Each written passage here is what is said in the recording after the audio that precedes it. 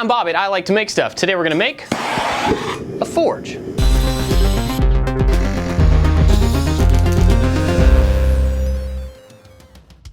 I'm a huge fan of watching blacksmiths work here on YouTube, especially the Essential Craftsman and Alex Steele, and I've always wanted to really try it out, but I don't have the right stuff. I've got an old piece of railroad tie that I can use as an anvil. I've got the wrong hammer, but it's pretty heavy. I don't have a forge. So today we're going to take inspiration from a bunch of other people who have already made simple forges and burners here on YouTube. I'm going to have all those linked down below. We're going to make our own. Let's get to it. Basically, I just bought a couple of boxes of fire bricks. Now these are made specifically for really, really hot places. They're in the back of your fireplace or in a brick oven. And so we're going to use these to first lay out the structure of the forge, and then we'll wrap it in steel. I've got these pieces stacked up, but there's an opening in the back that I need to fill, and so I'm going to take one of these bricks and cut it down and try to make it as tight as possible so it will fit in there and fill up this back. And then we also have to cut down some stuff on the front. I decided that I wanted this 3 bricks deep. I think that should work for one burner going in the top. But I also want to have a little shelf on the front of it just to have a little more support for taking things in and out of it. So I've got these 2 side pieces here. I'm going to cut them off, and then I can place them as doors just to like keep all the heat on the inside, but they'll be easily removed. I'm going to use an angle grinder with a masonry disc on it, and it's made for cutting stone and tile. You could also just chisel these apart if you really didn't have something like this that you could use.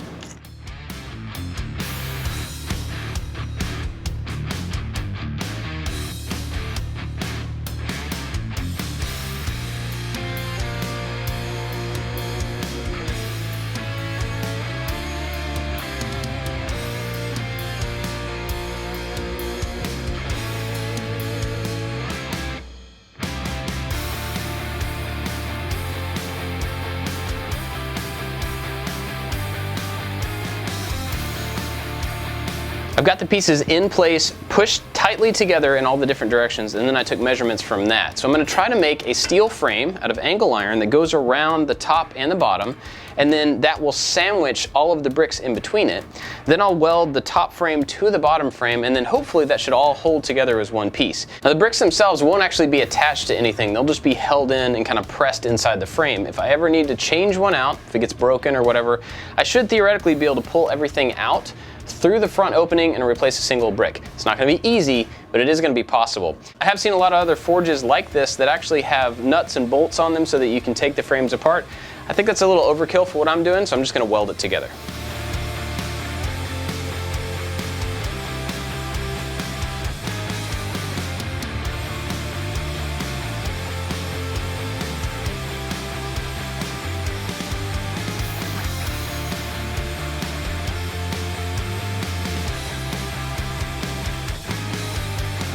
I got all these cut down with the bandsaw, and I just made straight cuts. I didn't notch these, I didn't miter them. It doesn't matter in this case. You could do this with an angle grinder or even a hacksaw if you've got patience. These are just going to overlap here on the corners, and I'm just going to weld them together. They don't even need to really sit against that, but I want to make sure that they are tight on the sides of the bricks, and to do that, I'm going to put some clamps and then just squeeze the pieces together.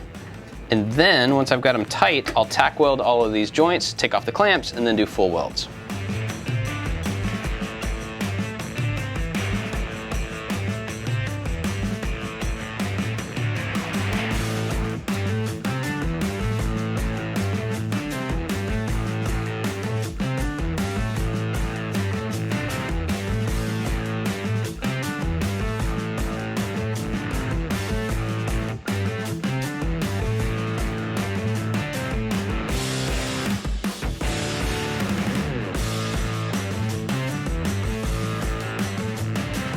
Got the 2 frames made, the top and the bottom, so now I just need to attach them together. So I'm going to lay out the bricks where they're finally going to be, stack the whole thing back up, and then just cut some strips to go on the side that I can weld on to connect the 2 frames together.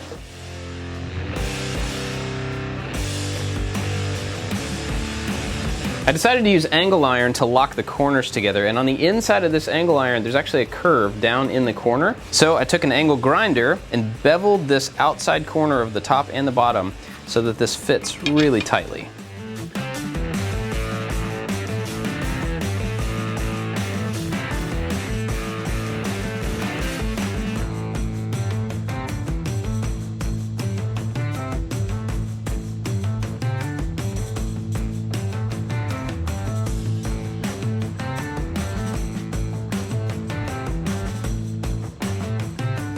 I've got the back corners welded in and the cross piece so this back panel won't fall out. And then the original plan was to put some pieces here as well. But actually everything is held in place pretty well.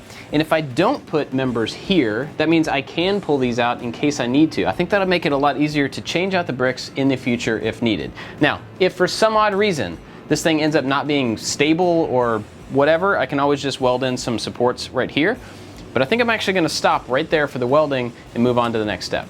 We've got the forge pretty much squared away, and now it's time to move on to the burner. Like the forge, I'm not creating anything new. I found several videos online of simple ways to make a burner, and I'm just gonna kind of pull some of those ideas from different videos. I'll have all those videos linked down below if you wanna check them out. Let me show you the parts we're dealing with. To connect to the propane, I've got this regulator, which is a 20 PSI regulator, which is more PSI than you would typically get out of a gas grill, so that's kind of important. That gets connected by this flare adapter to a ball valve, and this is how you'll turn the gas on and off. That has another connector that goes to this coupling piece. We're gonna work on that one, that's important. And then the gas is gonna come out of this square tip. We're gonna drill a really tiny hole in here, and that's gonna be our jet. A lot of people will put a MIG welding tip here, and you could certainly do that, but I'm gonna try it with this. This whole assembly is gonna be mounted and go into this pipe. This is actually the body of the burner. All the flame will happen down here on this end. We'll just have to modify this end a little bit, but we'll get to that soon. These are the three pieces that we're gonna have to modify. This is gonna be the nozzle. It'll get a hole drilled in it later, but this piece is gonna hold the nozzle and needs to be mounted right in the center of this. So we need to grind some flat sides on this piece and then drill some holes so that we can drive in some set screws and hold that piece in place. I just made these little marks so you have a point of reference so I can flatten on this side, turn it about 90 degrees, flatten on that side, and so on.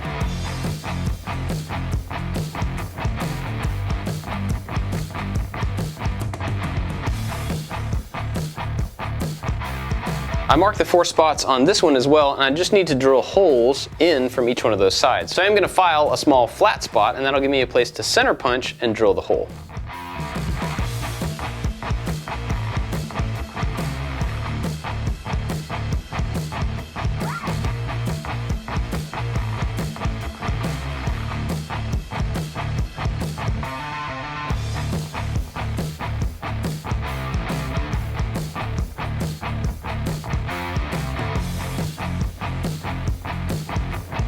I've got the holes drilled in this piece, and now I need to tap them.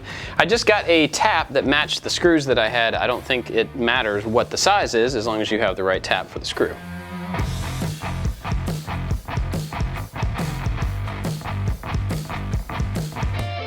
Now I've got these 4 retaining screws in place. They all turn freely, and the point of flattening these sides is so that you can put this piece down in between these screws and then tighten in the screws, and they'll hold that in place. You can also adjust these 2 in and out and these 2 in and out to make sure that this piece is centered within this opening. Now the last thing to do is to drill a hole for the nozzle. The inside of this cap actually has kind of a bald end here, and that'll help center the drill bit.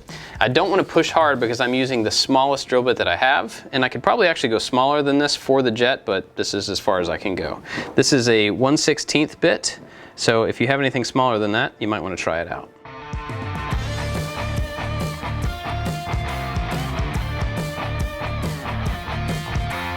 Almost all the way drilled through this thing before the bit broke. So I went back to the store to get another one, and they actually didn't have a galvanized version, so I got brass instead. It actually works better because brass is softer and easier to drill through.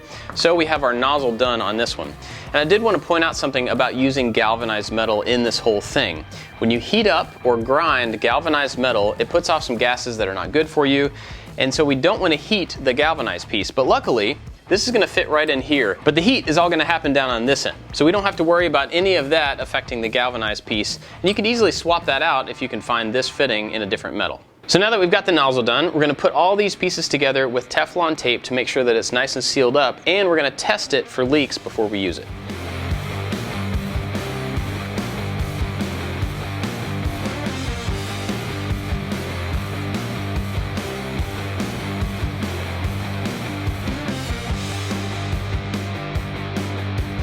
We want to make sure that we check for leaks in all of these connections.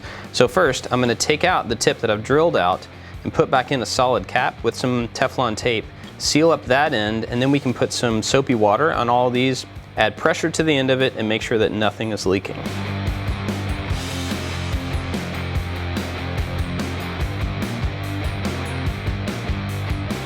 ready to test it now. I've got everything taped up and tightened together, but I've connected it to the gas. So I'm gonna go ahead and throw up a disclaimer. If you are a kid, don't do this. Don't even think about it without the help of an adult. And if you're an adult, be really, really careful. Gas is flammable. Everything from this point on is dangerous. You are on your own, but be careful, okay? So we're gonna take this, and instead of using soapy water, we're just gonna submerge the entire end down in here. I've got it opened up so that gas should flow all the way to the end of it, and I'm gonna turn on the gas and then slowly open the regulator and look for bubbles. So you can see right down here, I've got some coming out of the tip, but that tip piece is gonna be replaced. So that doesn't actually really matter, because once I put the nozzle in there, that'll change. I've also got one coming out right here where the hose is attached to the flare. So I might take this piece off and try it again.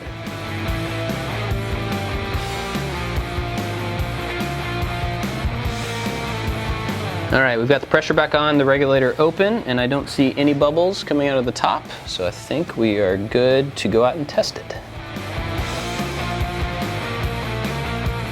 Now it's time to mount the burner in the forge itself. Now I thought about coming in from the top because that's the way I've seen most of them before, but because this particular forge is wider than it is tall, making it come in from the top eats up a lot of the vertical space. So instead, I think I'm gonna come in from the side, and as long as we put it back about right here, we should have plenty of room in there to put something in the forge and still have room enough for it to get heated all the way. So I'm gonna start by drilling a hole in this brick right here. I've got a really cheap hole saw. This is not made for brick, but this is $8 instead of $30 for the masonry ones. So even if this is a one-time use only, this will save me a lot of money. So I'm gonna start by drilling a hole right here. It's probably slightly too small. So we'll drill the hole with this and then kind of ream it out just to make sure that the pipe will fit in.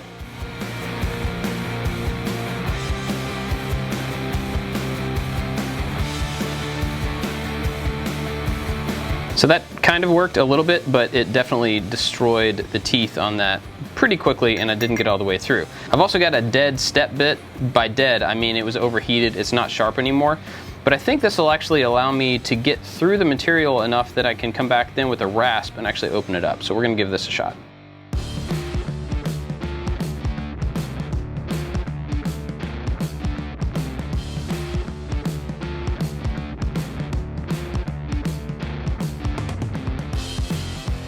All right, I've got the hole ready. This thing does fit in it, and it's a nice tight fit, so we don't have a bunch of extra open space around it. That's good. I will point out that using one of these not made for masonry, it's not really worthwhile. Even though it was a cost savings, using an old step bit actually worked pretty well, and using a rasp worked the best. This is what really did all the work to get the right shape and the right size.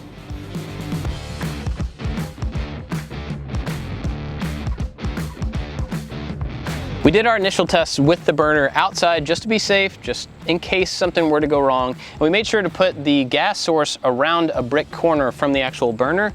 I just wanted to go through it and make sure piece by piece that everything was working and we didn't run into any danger. Everything actually worked out fine. So what we ended up doing was moving the nozzle back as far as it could possibly go. And those set screws are actually holding the piece of brass at this point. That was the best way to get the best flame that we could get. Unfortunately, it doesn't really show up on camera outside. So we're gonna go install this thing in the forge, and then we'll get some video in there.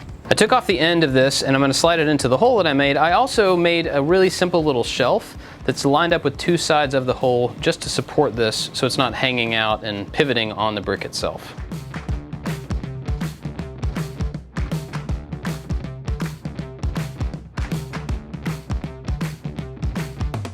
It works, which is fantastic, and the flame looks really good. It looked far better in here than it did outside. It's very blue, so I think it's gonna be plenty hot enough.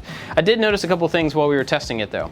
Having the burner coming in from the side creates a convection on the inside, which may or may not be what you really want when you're doing forging. I don't know, because I don't have any experience. But if you did have it coming in from the top, it would put direct heat down below it. So if you had a piece of metal in there, it's gonna get the most amount of heat. We're gonna go ahead and test it as it is, but if we need to, we can always put more fire bricks in there and set the metal on top of it. Or we could just set the whole thing on its side. That would work as well.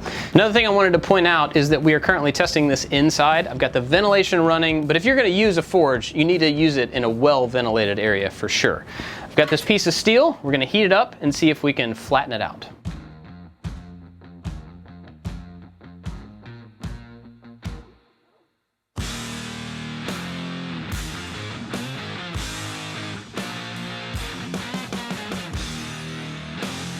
The metal is definitely red hot, so I'm gonna go ahead and pull it out and hammer it flat with the wrong tools, because honestly, this is all I've got.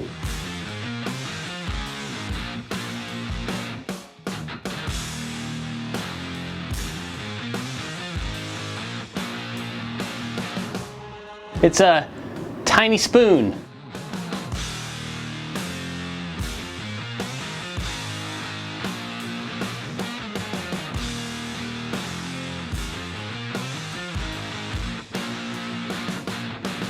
After that initial test, I realized that although it worked, the forge was not getting hot enough. The steel was not getting past kind of a bright red, and it needs to get all the way to a yellow. And so I looked up some different ways to make it hotter, and one of the big things I found was the nozzle. So this nozzle that I made by drilling out the hole, we're gonna ditch that, and I went back and did a little test off camera and used the MIG tip like I mentioned earlier. I took the same cap as this one, drilled a larger hole and tapped it, and then threaded in a .025 MIG tip. We're gonna try that one out. I did this one really quickly so it's off center. I can always redo this if I need to, and actually use the old one since it's got a center hole and just drill from there.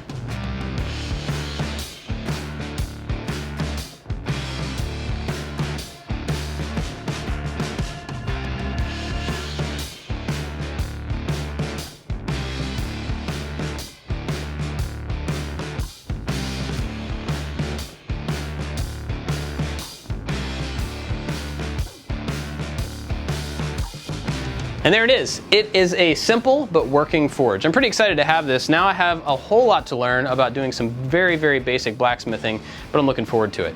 Now, one thing that I would definitely change if I were to do this again is to put the burner in from the top. I do think that makes a pretty significant difference, being able to focus the heat directly onto the metal.